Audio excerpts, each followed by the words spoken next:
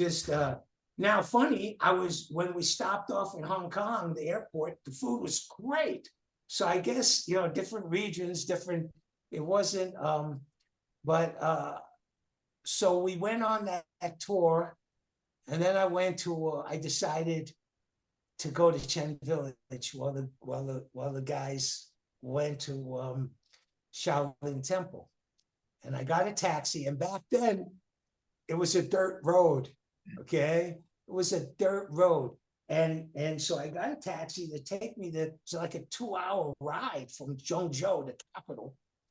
And so I'm there, and I don't know anybody in the village. I don't know where I'm going in the village. I see these guys doing some forms. So they're Laoja. So I stopped the taxi and I say, hey, me, I do Xinjiang.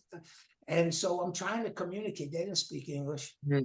All of a sudden, okay, like a mirage. I'm serious. Like the dirt, the dust from the road. These two big tour buses pull up. I mean, huge buses on a dirt road all the way down, and they stop where I am, and I'm like, what? Oh, maybe they know what's going on here, and it's a guy by the name of Sinte. You ever heard of Sinte? Sinte was my first. Sinte is your friend? First teacher. Oh my goodness! In Lexington, Kentucky. Lexington, Kentucky. It was Sinte. You're kidding? 1973, baby. I was 20 years old. Oh my God! One of my students, you might know him. Andrew. He was studying with Sinte. Anyway, so Sinte is on this bus, and he's also got a can you? What a small world. So Sinte had just come back from the Shaolin Temple, and he's wanting, because he taught some Tai Chi also, but mostly it was Shaolin, and so anyway, he's also got half of his. He has a branch in Denver. It's called the Swords, David Sword and Sharon Sword. And I heard about them. I knew there was a Shaolin school up there in Arvada or wherever.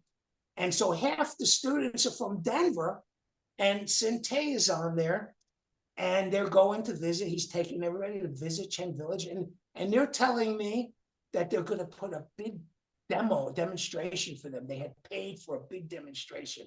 And I'm like, what timing? This is incredible. Can I hop on the bus with you guys? And they're like, yeah, come on.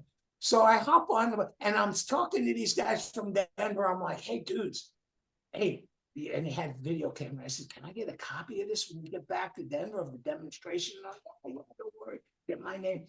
So we're out there, and I told the taxi, follow us. So the taxi follows us. They put on this huge demonstration, all the movements in sync. They're doing the Laoja, they're doing the weapons. There are, 50 people from the village doing this whole thing.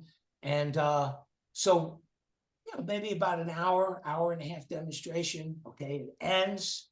Say goodbye to all the guys. Thank you. Give me your number. Send me, I want that video, blah, blah, blah. So they take off. The buses take off. So I'm looking for my taxi.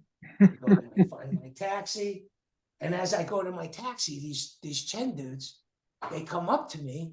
I've got like a mob. They mob around me, and they're like, whatever they're arguing. And they're trying to say, I don't know what they're saying to me. And they're like, and I'm like, well, what? So finally, one of the teachers, who was one of the tigers, I can't remember his name right off the bat, but he was one of the tigers. It wasn't Chen Chao Wang, because he was out. Wang Xiang, there's Zhu Tenkai. That's him. That's the guy. He saved my ass, man. What happened was he says to me, he starts translating, he spoke some English. He says, they said you didn't pay for the workshop. You came separately. I said, oh, okay. You're right. I didn't pay. Okay, so how much do I owe you guys? So I pull out my wallet. It was like $10 or something. I give them the $10.